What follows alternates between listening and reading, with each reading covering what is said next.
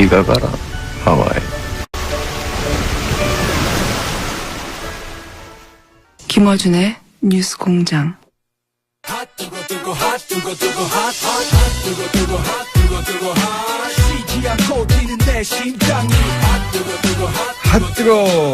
바른정당 하태경 넘버2 최고.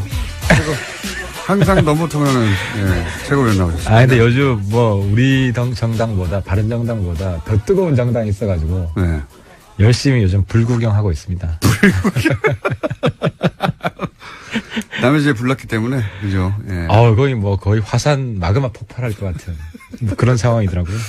그거를 이제 바른정당은 약 한 달 전쯤에 겪었고. 예. 우리는 굉장히 쿨하게 정도가 아니라 콜드하게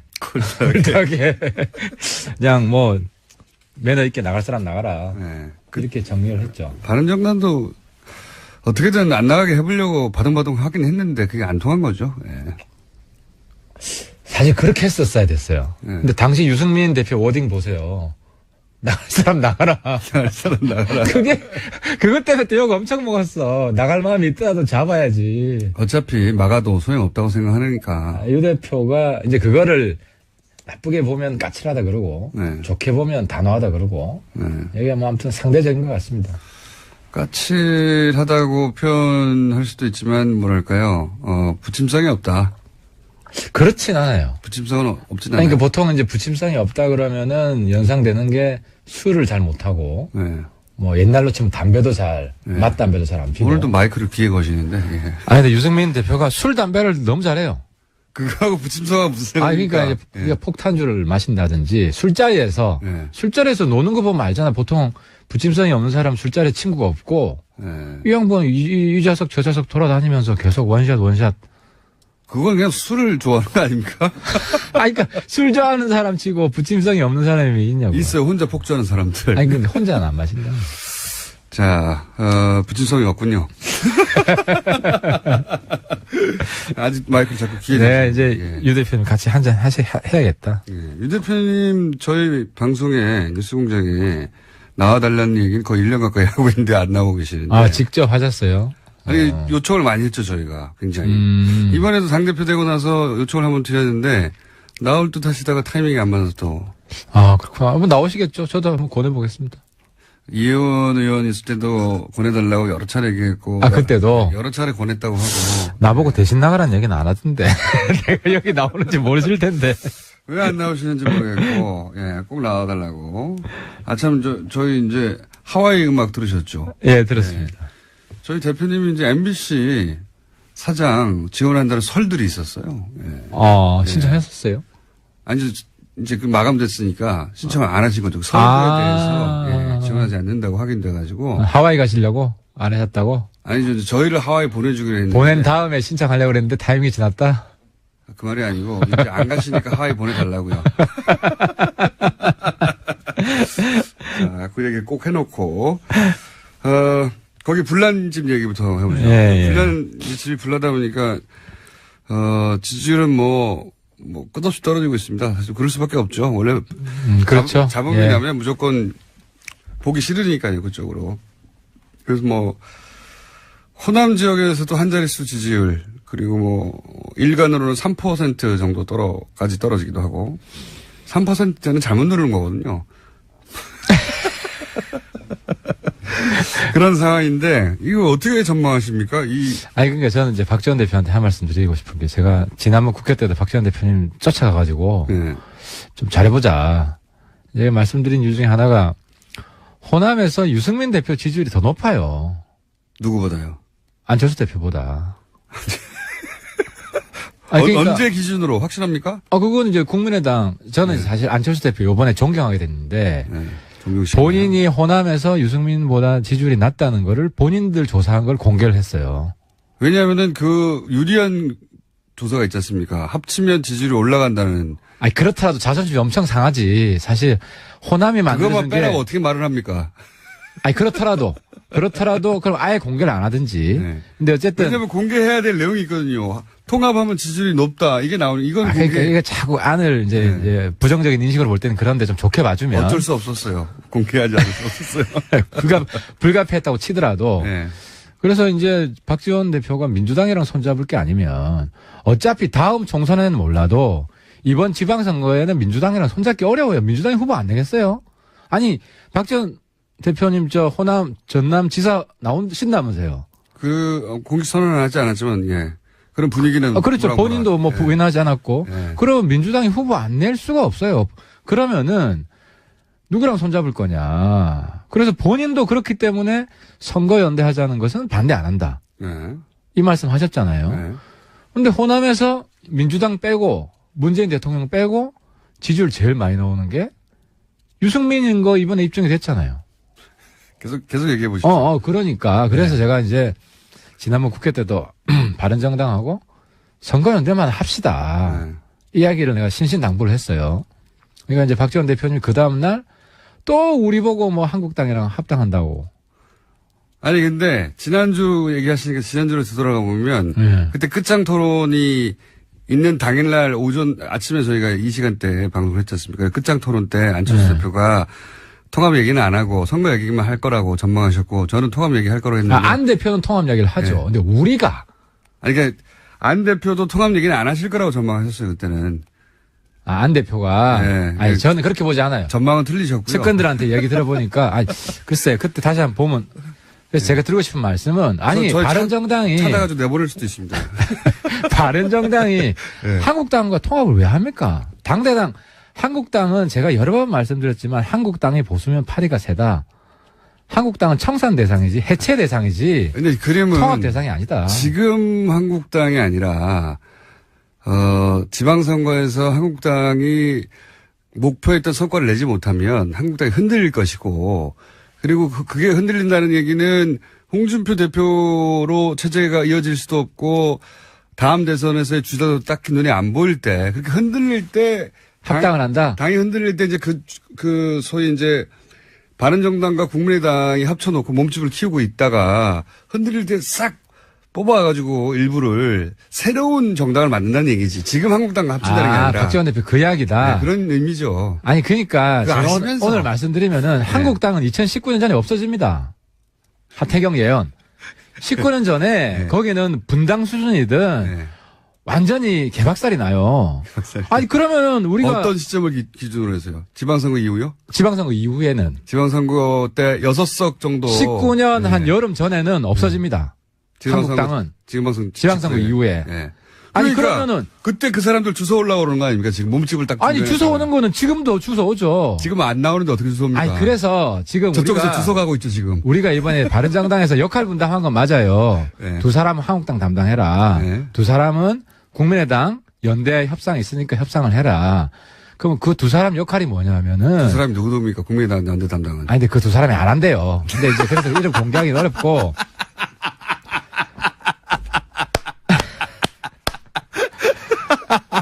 그러니까 이제 우리가 역할 부여하려고 했던 거는. 역할 분담을 하려고 했는데 두 사람이 안 한다고 그랬어요? 안 한다 그러지. 왜냐하면은 한국당이 홍준표가 일단 당대당 통합 안 한다고 했고. 한국당 담당은 누구였습니까? 아니, 그러니까 내가 하려고 그래, 내가. 하태경 의원님이 하면 잘도 되겠다, 그게. 아니, 왜냐하면 그 중에 좀 괜찮은 사람들 연락해가지고 만나가지고 지금이라도 일 와라. 하여튼 담당으로 내가 이제 지난번에 좀 누구 담당 좀 해라 그러는데 누가 하겠어요, 한국당 담당을 솔직히 이야기해서. 그러니까 담당도 없어요. 박지원 대표는 담당이 있다 그러는데 이름까지 이야기했더만. 담당을 정하려고 했는데 실패했다는 거 아닙니까, 지금? 아니, 박지원 대표는 정했다고 이야기했는데. 정하려고 한 것까지는 들으셨나 보네. 우리는 정하려고 했지. 왜냐하면은. 이건 아예 틀린 이야기는 아니네요. 지도부 이야기는 한국당에도 좀 말 되는 사람. 그러니까 찾아보니까 그 100몇 명 일일이 다 이제 검토를 해보니까 말 되는 사람이 없어, 별로. 한 5손가락 아니에요. 그 사람들 만나서 얘기 좀 해봐라. 5사람 누굽니까? 한 사람만 이름 얘기해주세요, 그러면. 그 중에서. 말이 그나마 좀 통하는 사람. 다른 쪽에. 김성태 의원입니까, 혹시? 소위 말하는 철새 부대는 다 빼고. 철새 부대 다 빼고? 원래 있던 사람 중에. 원래 있던 사람들 중에. 몇 분 있어요. 그래도 말이 좀 통하고. 네, 제가 이제 저랑 한 번씩 통화를 하는데. 그 누굽니까? 한 사람만 얘기해주세요. P모 의원, K모 의원 이런 식으로. 한 3선도 있고. 3선도 초선도 있고. 네. 한 4선도 있고 그래요. 그 중에. 네. 4선급으로 한 사람. 그분은 그래도 얘기를 하면, 그래, 지금 문제가 많지. 뭐 이렇게. 얘기하죠. 얘기하고, 내가 그래도 이제 선수가 높아가지고 네. 초재선이 조금만 움직여주면 같이 할 텐데. 네. 그래서 제가 이제 초재선 찾죠. 네. 초재선 찾다 보면 초재선이 사실 정신적으로 초재선이 별로 없어요. 그 어떤 얘기입니까? 아니 그러니까 좀 다 낡은 보수라는 거지. 구태연하다. 실제로 진박들을 많이 뽑았죠. 실제 그렇게 당시에. 채웠지 않습니까? 그렇게 채워가지고 지난 총선 때. 지금 초재선이 대부분 장관 출신들이 많고 네. 아니면 이제 누구 덕 보고 들어온 이런 비례도 그런 분들이 많아가지고 네. 이제 연결이 돼 있어가지고 독자적인 목소리를 안 내잖아요. 그래서 초선 그룹에서 예를 들어서 뭐 소위 소장파 이런 사람도 없고 눈에 안 띈다. 없죠 네. 한국당. 그래서 없어요. 그래서 그러니까 이제 누가 이제 내가 담당하겠다 그러면 성과를 내야 되잖아요. 네. 그래서 뭐 아무도 안 맡으려고 하는 거죠. 아니 그런데 무슨 박지원 대표 한국당하고 통합 논의 중단하라. 어제 내가 보니까 안철수 대표는 자꾸 압박을 받으니까 통합 논의 중단하라. 통합 논의 한 적이 없는데 무슨 통합 논의 이런 거죠. 박지원 대표의 그림은 대략 이런 걸 추정하는 것 같아요. 그러니까 일단 바른정당과 국민의당이 통합을 하고 안철수 대표가 그런 생각을 한다고 이제 박지원 대표는 생각하는 거죠. 추정하는 거죠.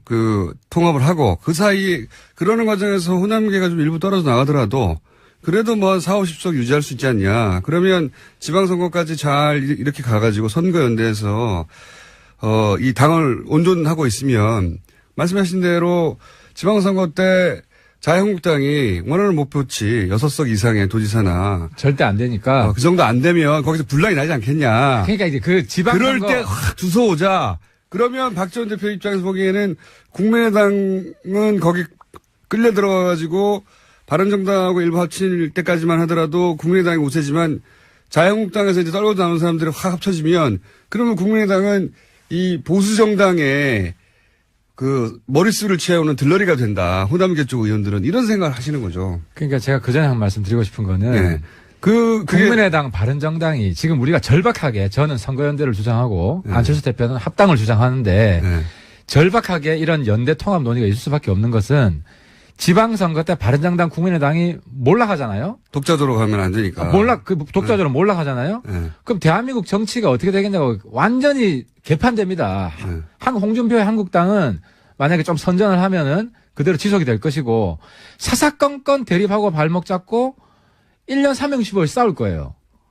그럼 국회에서 다수 아닙니까? 적어도 120석 넘을 거 아니에요. 바른정당도 흡수되고 하태경, 유승민만 딸랑 남아가지고 무소속 연대하고 있고 이런 식이 되면은 안 되기 때문에 나라도 망하고 국민도 힘들어지기 때문에 바른정당 국민의당이 살아야 우리가 중간에서 문재인 대통령 도와줄 건 도와주고 막을 건 막고 이렇게 협치가 된다는 거죠. 그래서 그러니까 박지원 대표님은 자꾸 이 역할은 우리가 한국당이랑 아니 지방선거 뒤에 무슨 일이 일어날지 누가 알아요. 당장 내일 일도 모르는데. 근데 유승민 대표도 비슷한 그림 아닙니까? 유승민 대표도 일단 지금은 몸집이 작지만 국민의당과 이렇게 통합을 한 다음에 기다렸다가 한국당에서 떨궈져 나는 사람들 확 먹으려고 그러는 거 아닙니까? 김어준 공장장님의 한계가 내가 보기 거기까지인데 정치에 각본대로 된 정치가 하나도 없어요. 각본대로 된 정치는 없지만 각본은 항상 있잖아요. 제 말은 각본을 그러니까 말하는 겁니다. 머릿속에 자기가 생각하는 상상이 있는데 예를 들어서 실제로 국민의당 바른정당 연대가 잘 됐어요. 네. 그러면은 저는 지방선거 이후에는 잘 되면 그 성과를 바탕으로 국민들이 인정을 해준 거니까 평가를 해준 거니까 합당할 수 있다고 봐요. 어디랑요? 그 지방선거 이후에. 지방선거 이후에만 합당할 수 있다. 합당할 수 있다. 저는 네. 그렇게 봐요. 네. 합당을 했어요. 네. 왜냐하면 뭐 서울시장도 우리가 먹고 부산시장도 우리가 먹고 야 니들 진짜 미래가 있다 합당해라. 네. 그러고 나서 한국당 있는 사람이 쫄아가지고 네. 한국당에 그냥 남아있다가는 우리가 망하겠다. 네. 우리 개별 입당할래. 네. 한 명씩 들어온다. 네. 하면은 거기서 건강하고 그나마 이런 사람들 우리가 안 받을 이유가 뭐가 있습니까? 그러니까요. 그런데 그런 이야기를 지금 해봐야 뭔 소용이 있냐고. 소용은 없지만 그런 그림이 머릿속에 있지 않습니까? 아니 그럼 그런 꿈도 없이 우리가 정치를 왜 해요? 그러니까- 다음에 재집권을 해야 되고. 그러니까 각본이 있는 거 아니 그럼 맞잖아요. 우리 바른정당은 평생 10년 20년 소수 교섭단체도 아닌 야당 하시라 이 말씀이에요? 아니, 그건 그러니까- 서운하지. 그러니까 각본이 있잖아요. 그러니까. 아니 그러니까 재집권의 각본이 당연히 있는 것이고 그렇죠. 우리는 집권을 목표로 하는 것이고 네. 우리는 그 정도가 아니라 제1당이 되고 민주당을 뛰어넘는 그런 야심찬 목표를 우리는 가지면 안 되냐고요. 그러니까 가져도 되는데. 아니 그러니까 그게 뭐가 문제냐고. 그런 이 각본이 있는데 그 아니, 그러니까 각본이 문제는 예. 한국당 적폐들과 적폐들을 통째로 받아들이는 그런 일을 말하는 게 아니고 그런 일은 절대로 없지. 그런 일은 그럼- 아무도 예상하지 않아요. 아니 그럼 우리가 마이너스고 예. 우리가 플러스 될 일을 하죠. 한국당에도요, 정말 그 가뭄에 콩나듯 별로 안 되지만 진주가 한두 명 있어요. 찾아보면. 그나마 건강하게. 지금 이렇게 말해놓으면 나중에 어떡하실려고, 그 각본대로 될 상황이 왔어. 어떡하실려고 우리 한두 명밖에 없다고 그랬는데, 한 30명 오면 어떡하려고 지금. 아니, 근데 정말 지금 난리보수 청산해야 되고요. 다음에는 만약에 우리가 주도권 잡고 공천을 하면, 제가 하면은 완전히 물갈이 합니다. 그러니까 제 말은 뭐냐면, 다들 각본이 있잖아요. 각본대로 되지는 않죠. 언제나. 막 복잡하게. 왜냐면 다들 각본이 있는데 똑같이 될 리가 있나요.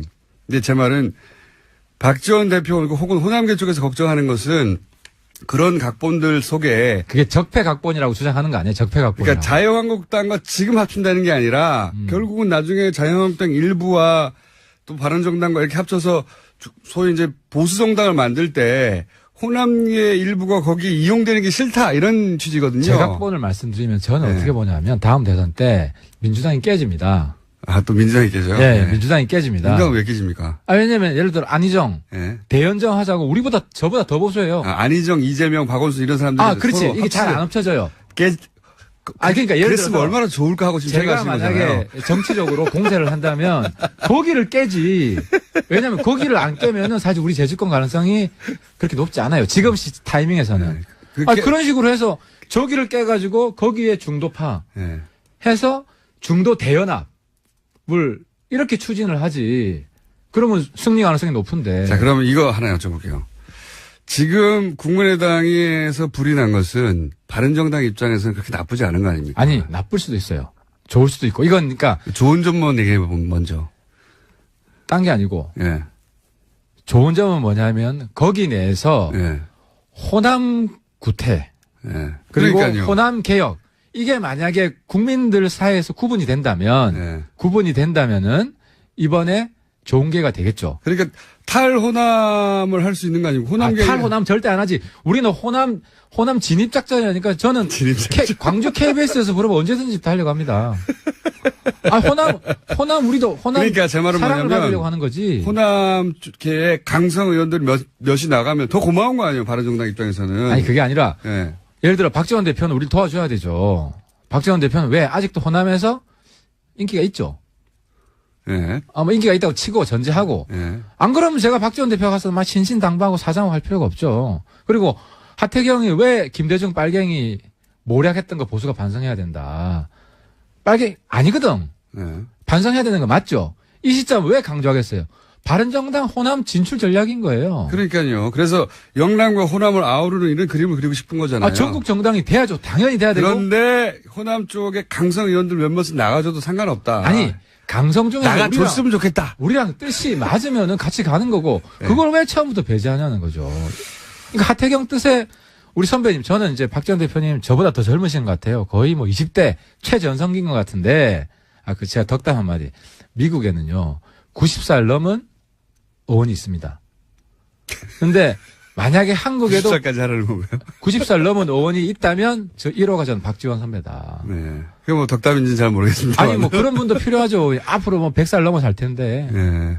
근데 이제 얘기를 왜 하시죠, 근데? 아니 그러니까 박지원 대표님이 네. 하태경이랑 같이 할 수 있고 네.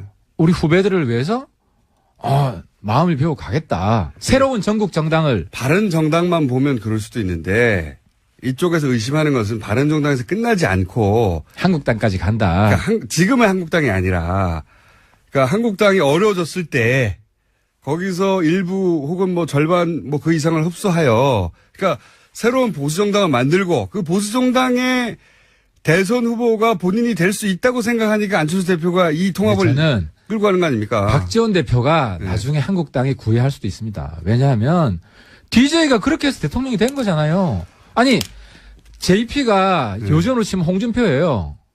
빨갱이 잡던 사람이에요. JP가. DJ 빨갱이로 매도하고 그랬던 앞장선 사람이 JP인데 정권을 잡기 위해서 DJ가 JP까지 끌어안았어요. 저는 박지원 대표는 나중에 대통령 선거가 왔을 때 국민의당의 누군가가 뭐 안철수 대표가 될 수 있고 다른 사람이 될 수 있지만 집권 가능성이 있는데 1, 2% 모자란다 그러면은 저쪽에 빨갱이 잡던 사람까지도 손잡을 수 있는 사람이 박지원이다. 박지원 대표가 출마합니까? 대선에? 아니 박지원 대표는 또 정권을 만들고 싶어 하겠죠.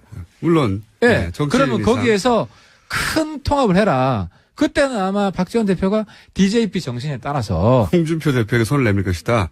아니 그럴 수 있는 분이라는 거죠. 그 정도로 이 큰 정치인이고 그거까지는 안 하실 거라고 봅니다, 저는. 아니 그때 홍준표 없을 거예요. 그래서 그 걱정할 필요는 없고 새로운 누군가 또 있다면 누가 될지는 모르겠지만 지금 그럼 유승민 대표의 입장은 지방선거까지는 어쨌든 통합을 안 한다는 거죠. 지방선거까지는 최소한. 통합 이렇게 말씀드릴 수 있습니다. 통합이 목표는 아닙니다. 그건 맞습니다. 목표는- 하지만 배제도 안 합니다. 배제도 안 합니다. 그러니까 되면 하고 안 되면 안 하고. 아니 근데 우리가 네. 먼저 합당하자고 주장은 안 합니다. 유승민 대표가. 그렇죠. 왜냐면 국민의당이- 안철수 대표 계속 하자고 하니까. 그러니까 당에서 예. 국민의당에서 당론으로 정식 제의가 들어오면 우리는 그때 검토는 해볼 수 있어요. 네. 우리도 의총을 열고 네. 당 대표자회를 열고 검토는 해볼 수 있는데 우리가 먼저 합당하자 그러면은 지난번에 제가 말씀드린 우리가 페어플레이 하겠다. 우리가 의리라는 거 잘 안다. 그래서 국당이 정리되지 않은데 국당을 흔들기 위해서 지금 김호준 대표가 얘기하는 거는 우리가 뭐 박지원, 박정천이라 그러더라고요. 그분들 쫓아내려고 우리가 먼저 흔들어서 그런 식으로 우리가 공세적인 합당을 추진하려고 하는 거 아니냐. 그런 그건 질문은 아니었어요. 그건 안 한다는 거는 내가 수차례 속셈이 뭐냐 이거였지 그냥. 아니, 그러니까 그거를 우리 속마음은 내 속마음도 매일매일 바뀌는데 그걸 어쨌든 1순위로 통합은 아니지만 선거연대가 1순위지만 통합의 기회가 온다면 우리도 진지하게 고려해볼 수 있다. 국민의당에서 공식 합당 제의가 들어오면 예. 우리는 의총은 아닐 수가 없죠. 국민의당에서 마지막으로 그러면 국민의당에서 요 지금 분란 어떻게 정리될 거라고 전망하십니까? 그러니까 안철수 대표는 물러설 수가 없어 이제는 제가 보기엔 통합으로 가는 길에서 이 정도까지 왔는데 물렀으면 바보가 되는 거기 때문에 최악의 시나리오 제일 걱정되는 거는 국민의당이 어떻게든 결론을 내줬으면 좋겠어요. 결론을 안 낸 채 결론을 안 된 채 쭉쭉 가다가 네. 각자 도생하는 네. 이게 최악의 시나리오예요. 그러니까 그래서 저는 국민의당한테 요청하는 게 합당하는 결론도 안 나는 거 하지 말고 이야기를 선거연대 좀 조기에 진행을 하자. 근데 안철수 대표는 그런 생각이 없잖아요. 지금 보십시오. 계속 통합 얘기를 그러니까 하잖아요. 안 대표는 네. 자기의 정치적 승부수를 합당 깃발을 들고 성사시키면 내 리더십이 확인이 된다. 여기에 배팅을 한 것 같아요. 풀 배팅을. 그거 아니고는 본인이 당대표에 출마했던 이유가 이대로 한 2달만 지나면은 당이 없어지니까 본인이 가서 2달 이내에 어떻게 하겠다고 했는데 거꾸로 지지율이 떨어지고 있잖아요. 그러니까 본인의 어떤 리더십도 확인시켜주고 이 지방선거를 돌파하려면 그리고 큰 그림상으로도 통합 말고는 방법이 없는 거예요, 지금 길이. 그러니까 안 대표의 리더십이 이번에 확인될 거다. 네. 국당을 정리해서 국당의 당론으로 합당을 제외하는 일이 온다면 안 대표가 승리한 거죠. 근데 그게 정리가 안 되고 내부에 계속 찌직 먹고 저렇게 시간만 가다 보면 뭐 결과적으로 아무것도 안 되면 안 대표는 어느 쪽에 더 가능성이 높다고 보십니까? 아니 그건 제가 일단 한번 던지고 근데 저는 염색 솔직히, 걸죠, 염색. 솔직히 안 대표가 국당하고 바른정당이 연대해야 우리가 살기 때문에 네. 적대적 양당 체제는 안 되기 때문에 제가 오늘부터는 안 대표 도와드립니다. 왜 어떻게 도와드리냐? 그 나머지 분들이 자꾸 허위사실, 왜곡 이런 거 하는 거 제가 해명해 드리면서 그게 사실이 아니다. 자유한국당과 합치지 않는다. 그렇지. 이야기. 그런 부분은 제가 명쾌하게 답변 드릴 수 있다는 거죠. 그래서 그러니까 안 대표가 결국 통합 제안을 공식으로 하게 됩니까? 아니면 못 하게 됩니까? 둘 중에 하나 거세요. 저는 안 대표가 이번에 예. 큰 정치인으로 다시 태어나길 바랍니다. 바랐기 때문에. 예, 그리고 안 대표가 살아야 됩니다. 소중한 자산입니다. 그래서 많이 지금 안 초딩 엄청 지금 뭐 이렇게 비난을 많이 받았지만 안 대표가 적어도 국민의당을 만들 때는 저는 굉장히 놀랐어요. 그런 저력이 안 대표한테 있다. 그래서 통합 제안을 할 것이다. 국민의당이 네. 합당 제안을 할 수 있을 정도로 안 대표 리더십이 확인되기를 바랍니다. 제가 그게 최선의 답변이다. 아니 기대 말고 전망. 예언. 그거 한다 안 한다 둘 중에 하나 걸고. 그러니까 바른정당으로 하여금 결단을 이렇게 하게끔 고민하게 하지 마라. 그 말씀을 드리고 싶어요. 예. 그러면 한다에. 그러니까 선거연대부터 빨리 하자. 왜냐하면은 통합 제안 한다?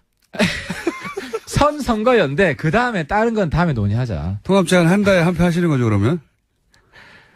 예. 솔직히 잘 모르겠어요. 요즘 솔직히 잘 모르겠어요. 국민의당 보니까 예. 서로 막 제압이 잘 안 되던데. 예.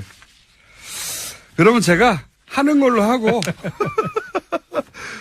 고기 한 판 걸겠습니다. 네, 지금까지 바른정당의 하태경 최고위원이었습니다. 감사합니다. 네, 감사합니다.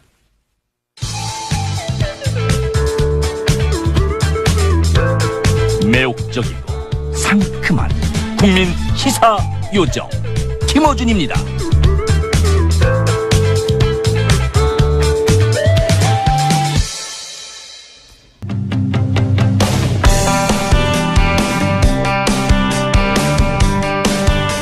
칼 플라니 사용연구소. 예. 알고 봤더니 꽤 세계적으로 예. 알고 봤더니 꽤 세계적으로 유명한 분들이 와서 예. 같이 연구도 하는 그런 곳이었습니다. 자, 오늘 주제 뭡니까? 정태수 소장님 안녕하십니까? 네, 외환위기 20년이 됐죠. 외환위기가 97년 11월 19일 날 IMF 구제금융을 신청했다고 했고 12월 3일 날 이제 구제금융이 협약을 맺었으니까. 아, 저도 기억이 생생합니다, 이때. 예, 20년 전. 예, 이때 그냥 하루아침에 나라가 망하는 듯한 뉴스로 뒤덮였고. 아, 근데 총수 몇 살이었는데요?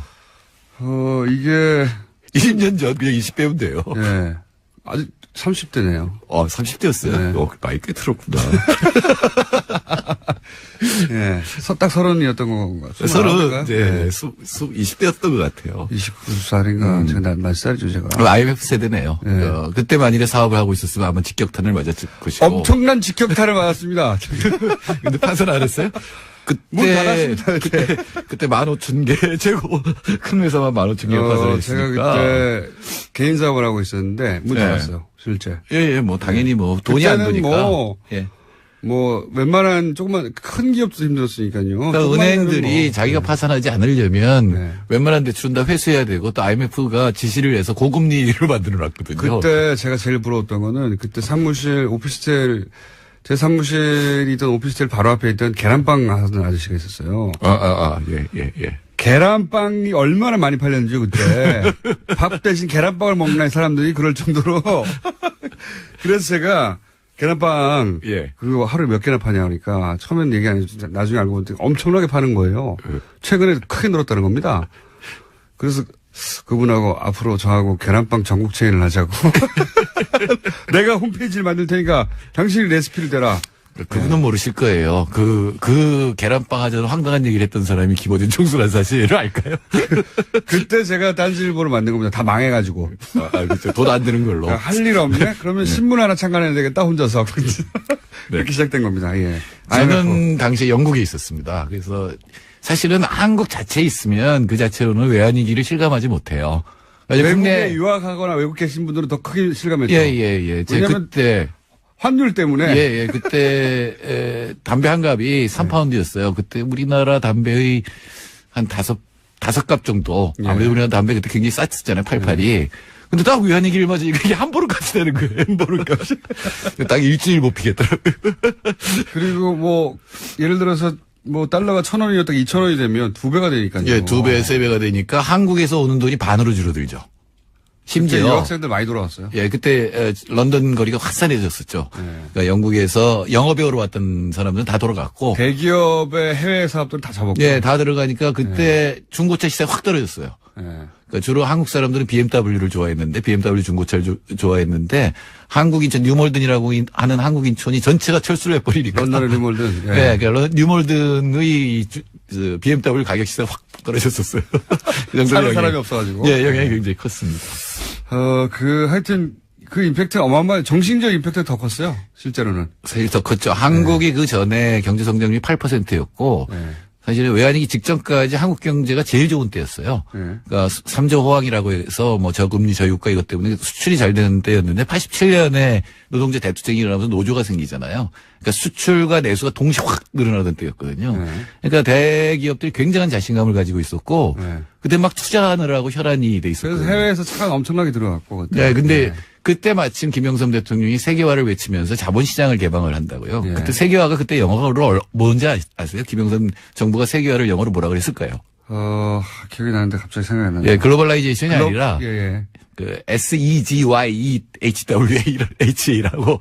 HWA라고. 그러니까 본인들도 사실은 정확히 영어로 세계화했죠. 예, 정확히 설명할 길이 없었던 거죠. 그렇게 준비가 안 된 상태에서 자본시장을 개방하니까 당시 우리나라는 고성장에다가 자본 수요가 많았으니까 금리가 굉장히 높았잖아요. 네. 근데 해외 금리 굉장히 낮잖아요. 네. 그 돈들이 확 들어온 거죠. 단기 자본을 갖다가 이제 특히 이제 제2금융권들이 들여와서 이걸 그때 당시 이제 막 철강 이런 데서 대규모 설비 투자를 하거든요. 그러니까 단기 자본을 들여와서 대규모 장기 설비 투자를 했는데 동남아에서 문제가 터지기 시작한 거예요.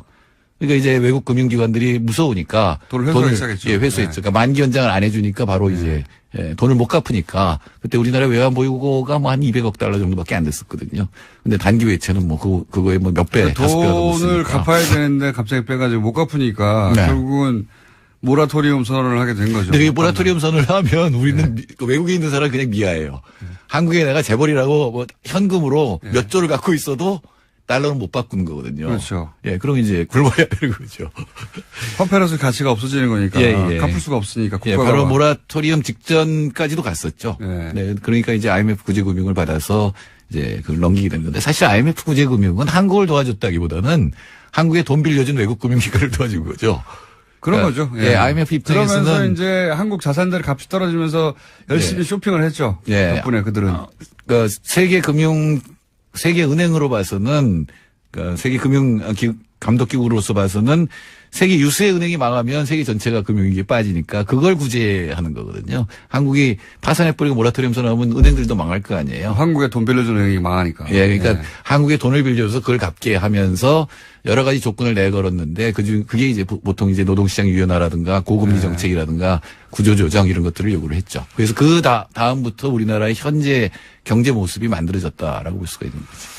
하여튼 그 정신적 임팩트도 대단해서 그때 사실은 소위 말해서 이제 대기업에 취업하는 것이 그 전까지는 그렇게 어렵지가 않았거든요. 예, 그리고 거기 뭐 하러 가 이런 것도 많았죠. 이렇게 대기업에 보통 한 두세 군데 정도, 최소한 두세 군데 정도는 합격해 놓고 그 중에 어딜 가느냐 고르는 시대였고, 그리고 취업 문제가 이렇게까지 지금과 같은 수준이 아니었는데 이 20년 전에 IMF 이후로 모든 게 바뀌게 됩니다. 한국의 경제. 예, 특히 이제 시스템 자체가. 어떤 직장을 가더라도 언제나 잘릴 수 있다. 대규모 구조조정이라는 게 한국 경제에서 처음 일어난 일이고. 예전에는 평생 고용의 개념이었어요. 네.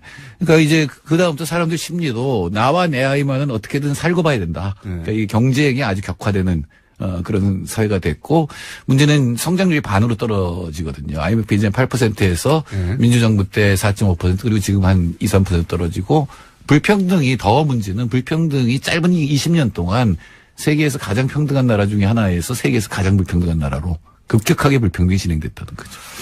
그때 이제 그 IMF가 우리한테 강제했던 그 구조가 사실은 이 베이스가 된 채 20년을 살은 거 아닙니까? 그 이후로. 그렇죠. 사실 그 세계 금융이 요구한 거는 자본의 권리를 재산권을 강화시켜준 거거든요. 그럼 당연히 재산소득에 대해서 터치를 못하고 세금을 깎아주니까 근로소득에 비해서 자산소득의 비중이 커지면서 이제 불평등이 심화되고 그러니까 지금 이제 아이들이 하는 얘기가 이제 조물주 위에 건물주가 있다. 그러니까 자기 소원은 건물 임대업자 이렇게 되면 이제 나라의 희망 같은 것들이 없어질 수가 있죠. 그런데 이제 생각보다 굉장히 짧은 기간 내에 IMF는 졸업을 했어요. 예, 3년 반 만에 졸업을 엄청나게 뭐 다 갚았죠. 금모으기 이걸로 상징되는 이거 외신에도 자주 나옵니다. 그러니까 금모으기 자체는 그게 얼마나 도움이 됐겠어요. 얼마 안 되는데 국민들이 하나로 뭉쳐서 외환위기를 극복하자라고 하는 이 정신적 자세를 보여준 거거든요. 그리고 참았죠. 많은 부분의 고통을 분담했죠. 이거 외국에서 많이 등장하는 사례예요. 이 사람들이 왜 이러지? 이런 식으로 이해할 수 없는 멘탈리티. 잘못한 건 기업인데 왜 잘못한 거 없는 사람들이 나와서 금을 모으고 있지? 네, 근데 그게 이제 한국의 저력이었고 또 하나 이제 환율이 원화가 급락하니까 수출 두 자릿수 이상으로 늘어나면서 이제 무역 흑자가 생기고 한국 물건값이 너무 싸진 거죠. 그렇죠. 예. 절반 가격으로 떨어진 거죠 해외에서. 그러면서 어쨌든 김대중 정부 이내에 IMF를 졸업해서 조기 졸업으로. 그 자체는 대단한 성과입니다, 사실은. 예. 네. 3년 반 만에 졸업을 했으니까 IMF 입장에서도 이건 모범국가고 세계 이제 상품이죠. 한국이 이렇게 할 수 있었으니까 IMF 얘기 잘 들으면 이렇게 된다라고 하는 상품이었는데 여러 가지 부작용 중에 불평등이 있지만 그 불평등을 촉진한 게 금융화입니다. 그 이전에 뭡니까? 서민들은 예. 그때 그 이전에 이제 진보 쪽의 경제 정책은 은행의 문턱을 낮추자였거든요. 네. 근데 그다음에 문턱이 없어졌어요. 길거리에서 신용카드를 막 나눠줬잖아요. 맞습니다. 엄청나게 그리고 정부나 지금은 기업이 상상할 수 없는데 길 가는 사람도 자꾸 신용카드, 신용카드 만들어줬어요. 막 길에서. 그 부동산 쪽으로 이제 기업들도 설비 투자보다는 부동산 쪽에 이제 관심을 갖게 되고 일반 서민들도 가격이 막 올라가니까 지금 아니면 영원히 집을 못 산다라는 것 때문에 이제 빚을 내서 집을 사고 그다음에 소비도 빚을 내서 하는 신용카드에 의한 소비 이런 것들이 늘어나면서 가계부채가 1,400조에 이르는 것도 이제 그 이후에 20년 동안. 그렇죠. 이게 이제 IMF를 졸업하느라 치르게 되는 대가들이 양극화가 이루어지고 그다음에 비정규직. 왜냐하면 노동시장 유연화라는 처음 들어본 말이 들어오면서 처음에 그게 무슨 말인가 했어요. 노동시장 유연화가 뭐야? 찾아온 시장이지 뭐가 유연해. 노동자들 스트레칭 시켜주나 그랬는데 그게 이제 사람 쉽게 자르는 거죠. 쉽게 자르고 좀 이렇게 안정적으로 직업을 갖지 못하게 하고 비정규직하고. 그러니까 자본의 힘이 훨씬 강해진 거죠. 그때는 대기업에 한번 들어가면 그 거의 이제 연공서열에 따라 평생 직장 개념으로 평생 니네를 책임져 줄 테니 굳이 나가면 아니지만 이 조직을 따라라. 일본에서 들어온 거죠. 예. 그런 문화였는데 지금은 뭐 어림도 없는 이야기고요. 예. 그러다 보니까 이제 공무원 쪽, 공기업 쪽이 굉장히 인기가 생겼죠. 그렇죠. 처음에는 대기업하고 임금 경쟁이 굉장히 심했어요. 그러니까 공무원들 임금이 반도 안 됐었거든요. 일반 기업에. 근데 그게 거의 다 쫓아가고 있었는데 IMF 위기 이후에는 고용 안정성이라는 면에서는 비교가 안 되거든요. 그렇죠. 네. 그러니까 지금 모든 취준생의 한 50%는 공무원 시험을 보고 있는 그것도 이제 IMF 때문에 공무원 인기가 올라간 것도 기업이 아니 대우 같은 거대한 기업도 자빠지니까요. 이제 영원한 기업도 없고 평생 보장도 없고 명퇴도 엄청나게 했었죠 그때. 그렇죠. 명예퇴직. 예, 명예퇴직하면 한 번에 목돈을 주니까 그걸 가지고 자영업이 확 늘어난 것도 그때 일어난 현상 중에 하나죠. 그러니까 지속 가능하고 안정된 시스템이라는 게 없다. 그런 취업이라는 게 없다라는 그 인식을 처음으로 한국에 넣어준 시점입니다. 그때가. 네. 그래서 어디를 취직하든 언제든 잘릴 수 있고 평생 직장 같은 건 존재하지 않는다. 그전에는 평생 직장이었어요. 개념이 기본이. 그래서 대기업에 들어가려고 그랬고. 그러니까 평생 직장이라는 게 점점 좀 어려워지지만 사실은 일자리는 같은 직장은 아니더라도 일자리에 대해서는 보장이 돼 있어야 되는데 그거 자체가 지금 없는 상태에서 젊은이들이 이제 취업하러 나서거든요. 그러니까 젊은이들한테는 굉장히 절망적 상황을 지금 만들고 있는 거죠. 자, 이제 20주년 기념으로 한번 그 시대 상황을 돌아봤는데 1분 남았는데 그럼 지금은 IMF는 안 올 것이고. 외환위기 맞을 가능성은 없습니다. 왜냐하면 단기 외채 3배가 되는 달러를 우리가 쥐고 있거든요. 그다음부터 외환 보유가 엄청나게 늘렸잖아요. 예, 그러니까 3,800억 달러니까 너무 많은 상황이고 문제는 그때는 기업의 부채가 많았고 외채가 많았다면 지금은 가계의 부채가 많고 내부가 문제가 되고 있는 거죠. 개인 부채. 예, 개인 부채가 많고 이 개인 부채가 많으면 소비가 늘어날 수 없잖아요. 근데 기업들이 설비 투자까지 안 하면 수출이 만일에 증가율이 좀 떨어져서 그렇게 되면 이제 다시 문제가 될 수가 있는 상황입니다. 앞으로 한 1, 2년은 괜찮아요. 이 1, 2년 동안 어떻게 이 경제 기조를 바꾸느냐 관건인데 방향은 뭐 소득주도 성장으로 잘 잡고 있습니다. 그러니까 핵심은 지금은 외환 위기는 바깥에서 오는 위기는 없을 텐데 그러기는 탄탄한데 지금 문제는 내부에 개개인이 안고 있는 빚이 너무 많다. 그러니까 외부 충격이 기업에게 영향은 덜 미치겠지만 개인에게 가계에게 미칠 영향이 굉장히 크다. 그게 지금 우리가 처해 있는 위기의 핵심이라고 합니다. 1, 2년 괜찮겠지만. 그러니까 소득주도 성장 정책이 뭐냐면 가계의 소득을 늘리자는 그렇죠. 거거든요. 그 위기를 그거로 문제를 풀어나가자니까 방향은 굉장히 올바른 방향이라고. 여기까지 하겠습니다. 정태인 소장님이었습니다. 감사합니다. 네, 감사합니다. 안녕. 그게 없는데 뭐 처음에 이런 거죠. 박지원 대표의 그림은 대략 이런 걸 추정하는 것 같아요. 그러니까 일단 바른정당과 국민의당이 통합을 하고 안철수 대표가 그런 생각을 한다고 이제 박 전 대표는 생각하는 거죠. 추정하는 거죠. 통합을 하고 그 사이에 그러는 과정에서 호남계가 좀 일부 떨어져 나가더라도 그래도 뭐 4, 50석 유지할 수 있지 않냐. 그러면 지방선거까지 잘 이렇게 가가지고 선거연대에서 이 당을 온전하고 있으면 말씀하신 대로 지방선거 때 자유한국당이 원하는 목표치 6석 이상의 도지사나 절대 안 되니까 그 정도 안 되면 거기서 분란이 나지 않겠냐. 그러니까 이제 그 지방선거 그럴 때 확 주워오자. 그러면 박지원 대표 입장에서 보기에는 국민의당은 거기 끌려 들어가가지고 바른정당하고 일부 합칠 때까지만 하더라도 국민의당이 우세지만 자유한국당에서 이제 떨고 나오는 사람들이 확 합쳐지면 그러면 국민의당은 이 보수 정당의 그 머릿수를 취해오는 들러리가 된다. 호남계 쪽 의원들은 이런 생각을 하시는 거죠. 그러니까 제가 그 전에 한 말씀 드리고 싶은 거는 네. 국민의당 바른정당이 지금 우리가 절박하게 저는 선거연대를 주장하고 네. 안철수 대표는 합당을 주장하는데 네. 절박하게 이런 연대 통합 논의가 있을 수밖에 없는 것은 지방선거 때 바른정당 국민의당이 몰락하잖아요. 독자적으로 가면 안 되니까. 독자적으로 몰락하잖아요. 네. 그럼 대한민국 정치가 어떻게 되겠냐고 완전히 개판됩니다. 네. 홍준표의 한국당은 만약에 좀 선전을 하면은 그대로 지속이 될 것이고 사사건건 대립하고 발목 잡고 1년 3형15일 싸울 거예요.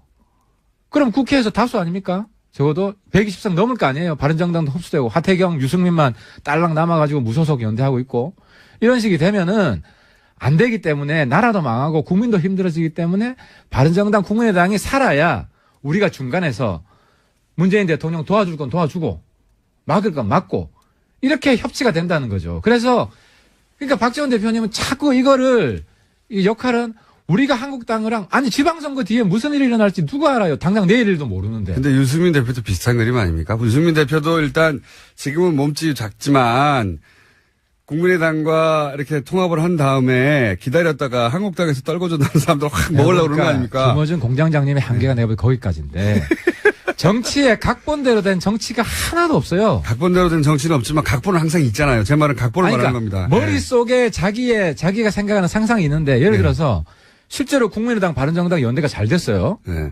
그러면은 저는 지방선거 이후에는 잘 되면 그 성과를 바탕으로 국민들이 인정을 해준 거니까 평가를 해준 거니까 합당할 수 있다고 봐요. 어디랑요? 근데 이제 그래서 이름 공개하기는 어렵고.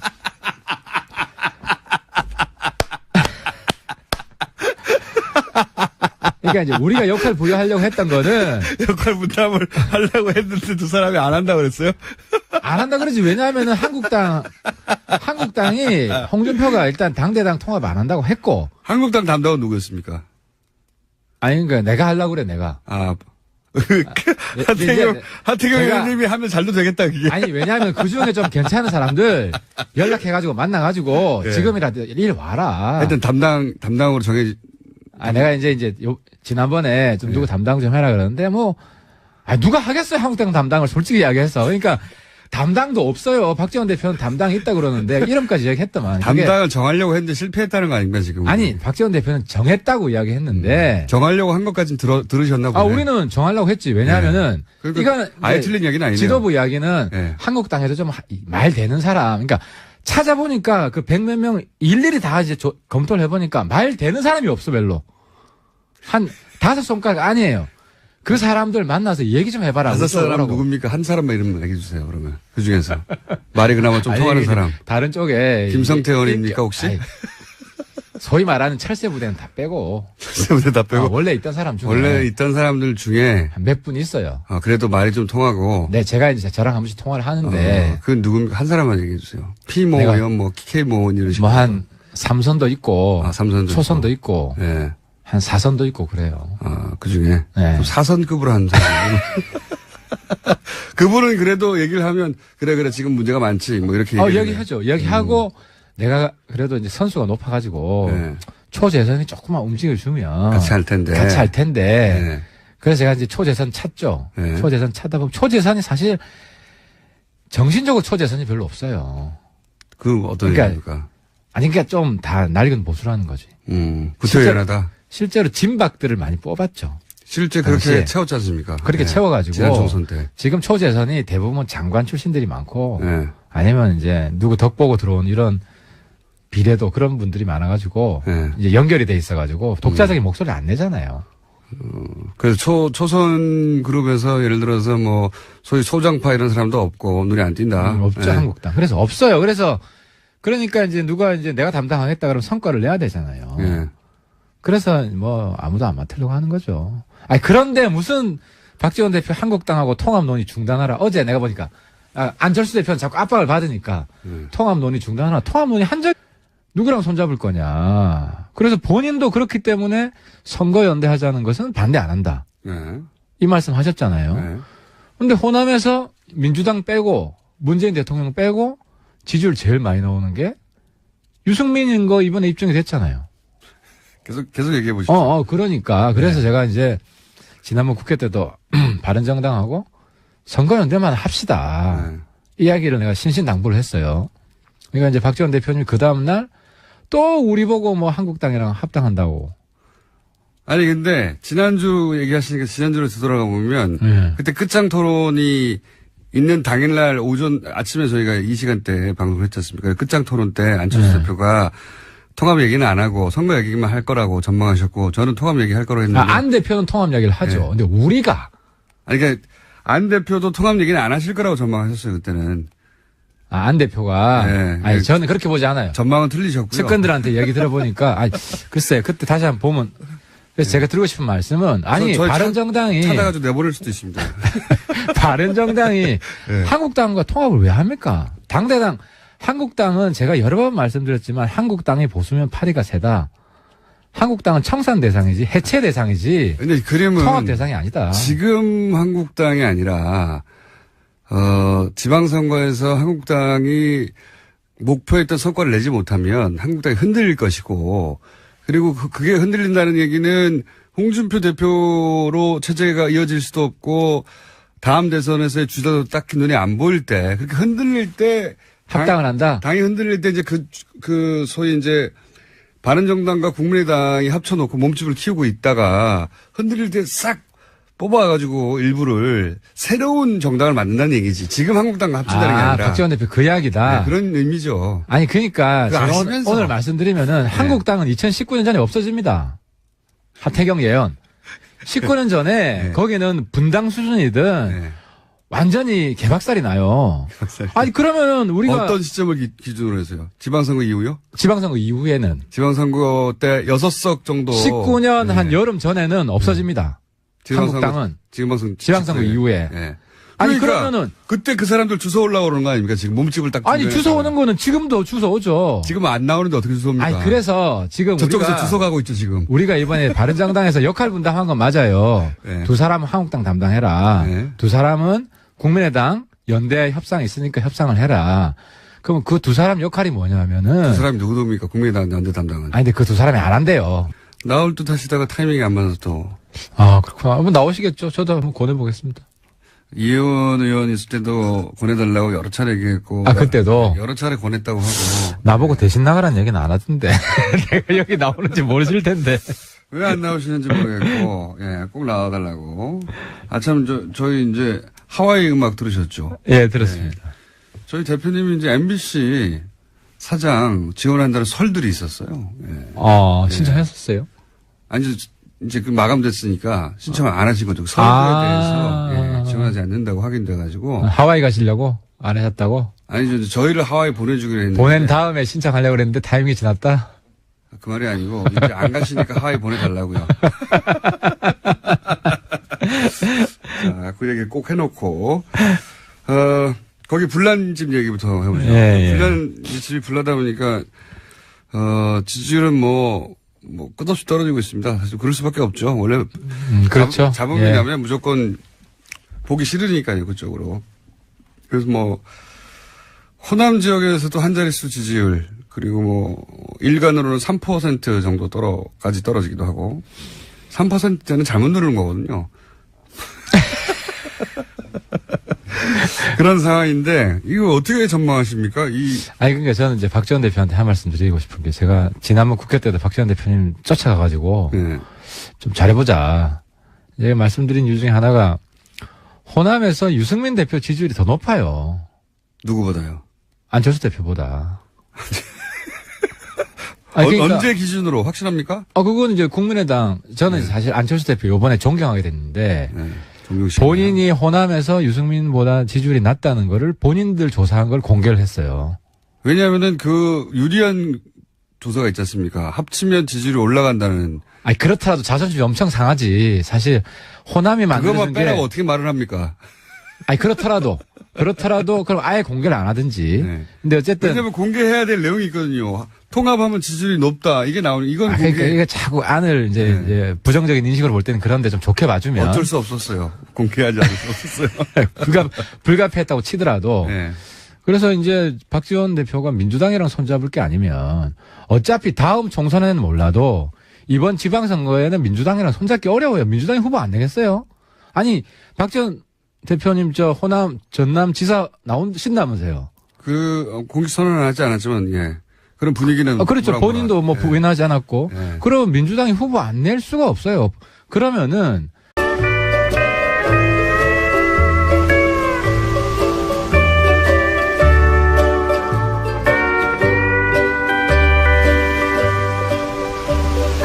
네가 가라 하와이. 김어준의 뉴스 공장.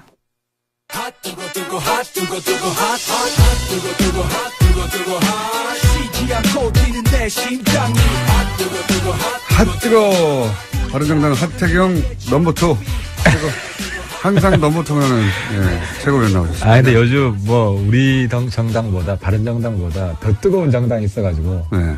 열심히 요즘 불구경하고 있습니다. 남의 집에 불났기 때문에 그죠. 예. 거의 화산 마그마 폭발할 것 같은 뭐 그런 상황이더라고요. 그거를 이제 바른정당은 약 한 달 전쯤에 겪었고, 예. 우리는 굉장히 쿨하게 정도가 아니라 콜드하게. 그냥 뭐, 매너 있게 나갈 사람 나가라. 예. 이렇게 정리를 했죠. 바른정당도 어떻게든 안 나가게 해보려고 바둥바둥 하긴 했는데 그게 안 통한 거죠. 예. 사실 그렇게 했었어야 됐어요. 네. 근데 당시 유승민 대표 워딩 보세요. 나갈 사람 나가라. 나갈 사람 나가라. 그것 때문에 또 욕 엄청 먹었어. 나갈 마음이 있더라도 잡아야지. 어차피 막아도 소용없다고 생각하니까. 유 대표가 이제 그거를 나쁘게 보면 까칠하다 그러고, 네. 좋게 보면 단호하다 그러고, 네. 이게 뭐 아무튼 상대적인 것 같습니다. 까칠하다고 표현할 수도 있지만 뭐랄까요. 부침성이 없다. 그렇진 않아요. 부침성은 없진 아니, 않아요. 그러니까 보통 이제 부침성이 없다 그러면은 연상되는 게 술을 잘 못하고, 네. 뭐 옛날로 치면 담배도 네. 맛담배도 잘 안 피고. 오늘도 마이크를 귀에 거시는데, 예. 아니, 근데 유승민 대표가 술, 담배를 너무 잘해요. 그거하고 부침성은 무슨 그러니까 상관입니까? 이제 우리가 폭탄주를 마신다든지 술자리에서, 예. 술자리에서 노는 거 보면 알잖아. 보통 부침성이 없는 사람 술자리에 친구가 없고, 예. 이 양반 이 좌석 저 좌석 돌아다니면서 계속 원샷. 그건 그냥 술을 좋아하는 거 아닙니까?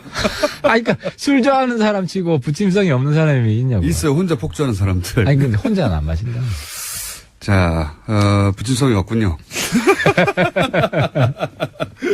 아직 마이크를 자꾸 귀에. 네, 이제 예. 유 대표님 같이 한잔 해야겠다. 예. 유 대표님 저희 방송에 뉴스공장에 나와달라는 얘기는 거의 1년 가까이 하고 있는데 안 나오고 계시는데. 아, 직접 하셨어요? 아니, 요청을 많이 했죠, 저희가. 굉장히. 이번에도 당대표 되고 나서 요청을 한번 드렸는데,